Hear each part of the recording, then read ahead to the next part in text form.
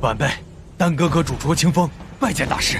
这位金元长老说，此命令可是阁主大人所下。基多，阁下似乎抓错对象了吧？黑奴前辈，我们现在怎么办？看看，陈卫军怎么把人带走。 Halo semuanya, kembali lagi bersama para jagoan. Seperti biasa, admin selalu mendoakan kalian semoga selalu dalam keadaan sehat dan dalam kondisi terbaik. Di video kali ini admin akan melanjutkan cerita dari Wusen Jujai. Penasaran dengan kelanjutan alur ceritanya? Dan tak berlama-lama langsung saja kita masuk ke isi ceritanya. Cerita dilanjutkan yang kini memperlihatkan Bos Qichen yang keluar dari dinding terkuat. Semua orang yang melihat kedatangannya sontak menjadi sangat terkejut sekaligus mengira bahwa Bos Qichen akan segera tamat. Salah satu tetua yakni Jin Yuan yang melihatnya juga tak tinggal diam yang langsung menyuruh para prajurit untuk segera menangkapnya. Situasi yang terlihat sangatlah buruk nampaknya tak membuat Bos Qichen menjadi panik. Malah dirinya masihlah terlihat sangatlah santuy. Penangkapan ini tak hanya Bos Qichen seorang melainkan Xiaoya dan yang lainnya juga ikut tertangkap. Setelah itu Jin Yuan beserta muridnya Yi Chen perlahan mulai mendekati Bos Qichen. Bahkan si Yi Chen dengan arogan terlihat mulai memprovokasi hingga mulai membanggakan diri sendiri. Bos Qichen yang mendengarnya lantas menyayangkan mengenai perlakuan semua penghuni Papilion Pil pada dirinya. Semua orang saat ini memang tak mengetahui mengenai posisi Qichen saat ini setelah melakukan ujian di dinding terkuat. Rasa sombong dan bangga diri kali ini juga mulai diperlihatkan oleh gurunya yakni itu adalah Jin Yuan. Di mana ia lantas mengatakan mengenai Bos Qichen yang hanya seorang sampah dari 5 kerajaan yang telah mengacau di Papilion Pil dinasti Wei. Dengan santuinya semua ocehan dan ejekan tentu dibalas Qichen dengan sebuah senyuman. Karena sebentar lagi kebenaran atas posisi Bos Qichen saat ini akan segera terungkap. Si Yi Chen yang semakin gemas seketika bergerak untuk menyerang Qichen, namun sayang kekuatannya jelas tak cukup hanya sekedar untuk menyentuhnya saja. Satu kali tendangan tentu membuat si Yi Chen terpental cukup jauh. Tetua Subo yang melihatnya juga tak terima atas perilaku Yi Chen yang telah keluar batas. Namun dirinya hanya bisa melihat tanpa bisa menolong sosok penyelamatnya itu. Kejadian ini membuat Yi Chen menjadi kesal dan kembali berniat untuk menyerangnya lagi. Akan tetapi sang guru menghentikannya dan mengatakan bahwa mereka tak boleh main hakim sendiri dan tentu diharuskan untuk menunggu ketua Papilion dalam memutuskan hukumannya. Di sana Bos Qichen kemudian diseret sampai berkumpul dengan Xiaoya dan yang lainnya. Tak lama setelah itu tiba-tiba ketua Papilion dengan wajah gelisah akhirnya datang. Seketika kedatangannya langsung mencari sosok dari Bos Qichen. Di sana bahkan dirinya tak menghiraukan Jin Yuan yang ada di depannya dan hanya mencari sosok dari Bos Qichen. Dan kini waktu di mana semua orang menganga bersama akhirnya tiba. Yang hal itu dimulai dengan sikap ketua Papilion yang tunduk pada Bos Qichen hingga menyebutnya dengan ketua Papilion dari dinasti Wei. Dan benar saja kini seketika wajah yang tadi arogan dan sombong seketika menjadi tak percaya. Para prajurit juga dibuat kaget hingga pedang mereka terlihat berjatuhan. Zhou Qingpeng dengan kemarahannya juga langsung memerintahkan untuk membuka rantai yang mengikat Bos Qichen. Tapi sebelum itu Bos Qichen kemudian mulai angkat bicara dan juga menanyakan mengenai kesalahannya sehingga membuat dirinya tertangkap. Sebuah pertanyaan yang nampak sederhana ternyata hal itu mampu membuat Zhou Qingpeng menjadi tak berkutik bahkan bergetar ketakutan. Dirinya menjawab bahwa yang terjadi di tempat ini bukanlah kesengajaan, melainkan ini hanya sebuah salah paham belaka. Namun Bos Qichen menyangkalnya bahwa tragedi di tempat ini bukanlah kesalahpahaman, melainkan itu merupakan ulah dari murid tetua Jin Yuan yaitu Yi Chen. Tak hanya itu, Bos Qichen juga mengatakan mengenai tindakan Jin Yuan yang mengatakan bahwa penangkapan atas dirinya itu merupakan perintah ketua Papilion. Mendengar itu, Zhou Qingpeng menjadi sangat marah dan langsung meminta penjelasan kepada Jin Yuan. Namun kembali ketidaktahuan Jin Yuan atas Bos Qichen membuat dirinya mengatakan bahwa Bos Qichen itu adalah semut dari 5 kerajaan. Tak sampai selesai bicara seketika Zhou Qingpeng langsung membungkam Jin Yuan dengan energi daukinya. Pemandangan ini jelas membuat semua orang yang ada di tempat itu menjadi bergemetar atas kemarahan Zhao Qingpeng seorang. Namun Bos Qingchen masihlah belum bisa melupakan semua perlakuan dari Papiliun Dinasti Wei. Dengan itu ia pun berniat untuk melaporkan pada divisi pengawasan Papiliun Domain Wu. Mendengar itu Zhao Qingpeng pun pasrah dan di sana ia juga langsung mencabut gelar dari Jin Yuan hingga menyuruh semua prajurit untuk menangkapnya. Tak hanya itu, Zhao Qingpeng juga memerintahkan untuk menangkap muridnya yang telah menghina dari master besar Bos Qingchen. 将此人连同金元一起押入指示。 Setelah itu, Bos Qingchen kemudian menyuruh kepada Zhao Qingpeng untuk melepaskan Tetua Subo dan yang lainnya. Yang dimana Bos Qingchen menjelaskan bahwa sebelumnya Tetua Subo lah yang melindunginya saat memasuki dinding terkuat. Tak hanya itu, Bos Qingchen juga menanyakan mengenai kesalahan Tetua Subo yang kini juga ikut tertangkap. 几个没听到吗？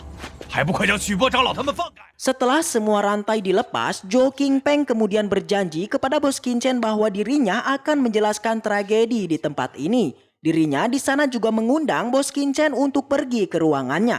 Akan tetapi seketika Bos Qingchen menolaknya serta mengatakan bahwa dirinya itu masih ada urusan lain. Dan dengan itu ia pun pergi dari tempat tersebut. Sesuai arahan Bos Qingchen, Zhao Qingpeng kemudian mengundang Tetua Subo untuk pergi ke ruangannya. Mereka pun setuju dan langsung bergerak untuk pergi dari tempat tersebut. 请。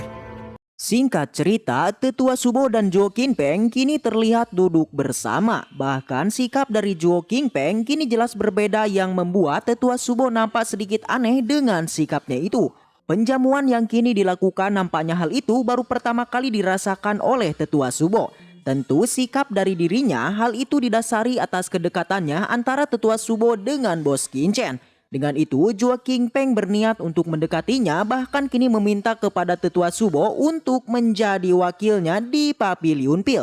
Mendengar itu tentu Subo seketika menolaknya, bahkan dirinya tak pantas untuk posisi itu dikarenakan kekuatan yang memang tidaklah cukup.